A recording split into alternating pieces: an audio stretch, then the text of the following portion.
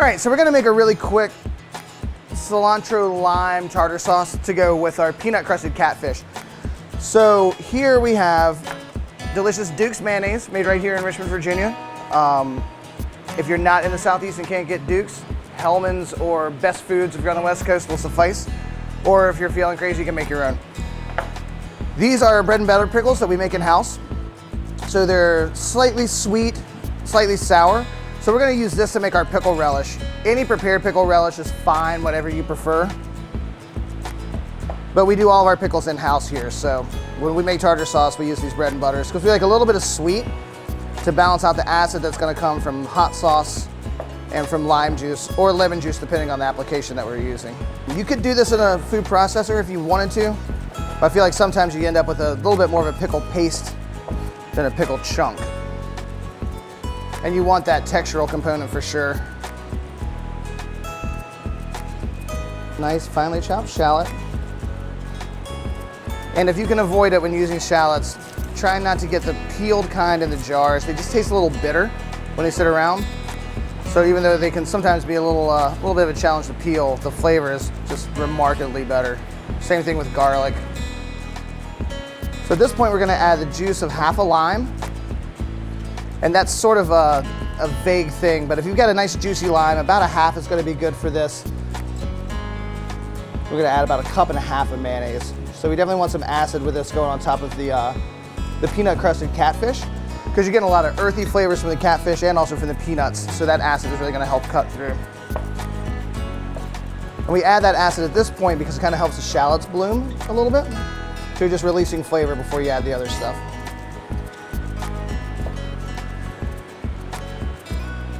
We're gonna do half of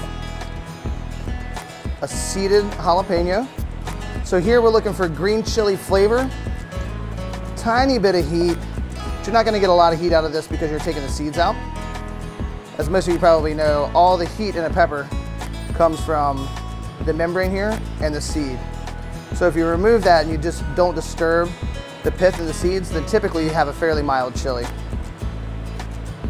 At least with something like a jalapeno.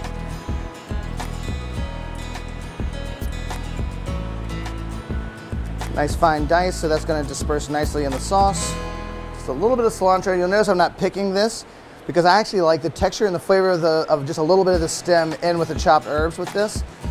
We use cilantro stems a fair amount. It just depends on what we're doing, but a little bit of crunch and extra intensity from the stems is actually a little bit nice in this dish. So, all right, so we're gonna use our homemade hot sauce that we make at the restaurant in this. If you don't have homemade hot sauce laying around, which not everybody does, something that's a little bit mid-level heat. This stuff is spicy, but it's not insane. And this is gonna eat sort of like maybe a Texas Pete. So you want something that, in this dish in particular, something a little bit less fermenty, so maybe not a Tabasco, but just a little squirt of hot sauce. Got about 1.5 cups of delicious Duke's mayonnaise, pinch of salt, good pinch of black pepper.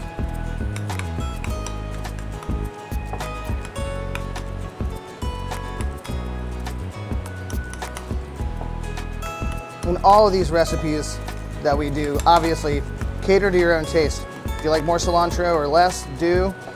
More pickle or less, do. But I find that the balance in this ratio is pretty good. So there you go. Cilantro, lime, tartar sauce.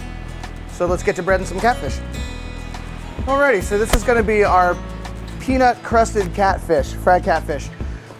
This catfish here is really, it's really special. So this is wild caught channel cat from the Rappahannock River. So they're caught about an hour away from here. The flavor is super, super clean because they're in really rapidly moving water.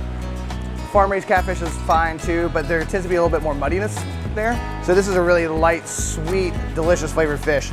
So we're really lucky to be able to get those here. What we're gonna do is what we call in the business a 3-part breading, where we're gonna go from flour into an egg wash and then into the actual final breading.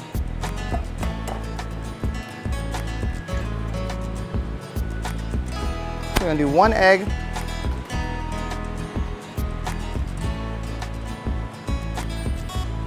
gonna do about a cup of buttermilk. The buttermilk adds flavor. There's also more viscosity to that than there is regular milk. So by the time you have the buttermilk and the egg together, it really helps to bind the bread to the fish. Whole milk definitely works, but we prefer this.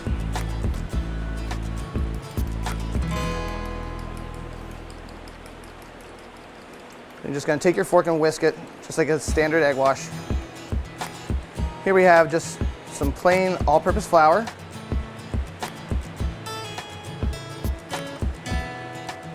And then for the final breading, we've got this really cool stuff. Here's the bag. You guys will recognize it in your box.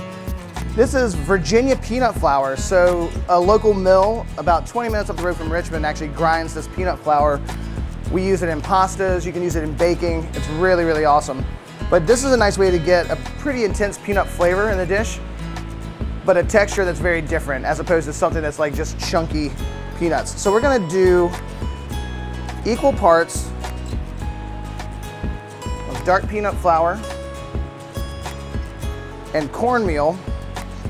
That's actually also from the same mill, from Bird Mill in Ashland, Virginia.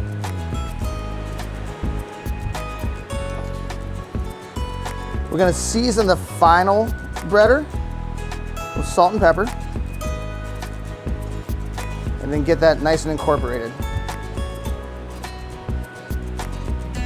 The fish can be breaded about an hour in advance.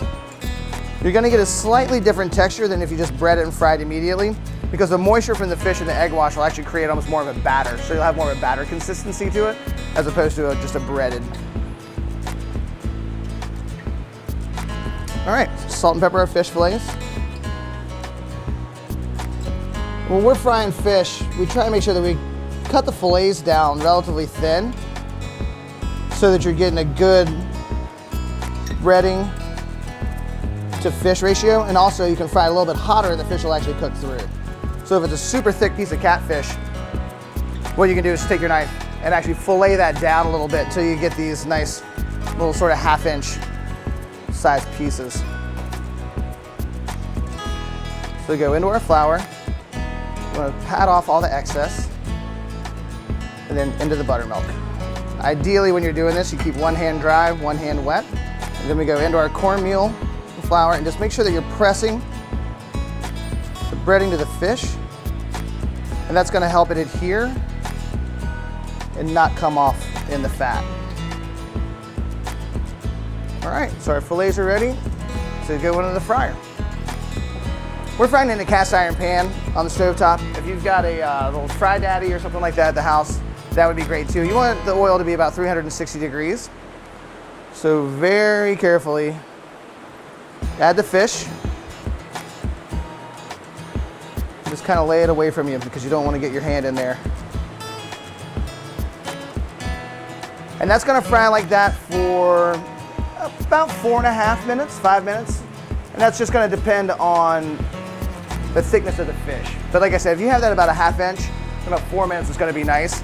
You want to make sure the oil's hot when the fish goes in, because that's what's going to keep it from getting greasy and weird. So I don't suggest touching the fish, but I've got cook hands. So you might want to use a spoon or something just to make sure that you're not burning yourself. If you're doing this in a deep fat fryer though, you probably won't need to flip.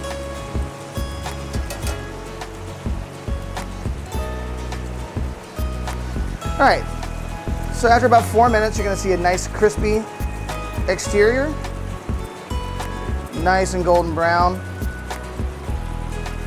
And then you can either drain on paper bags or paper towels, anything like that that's kind of porous.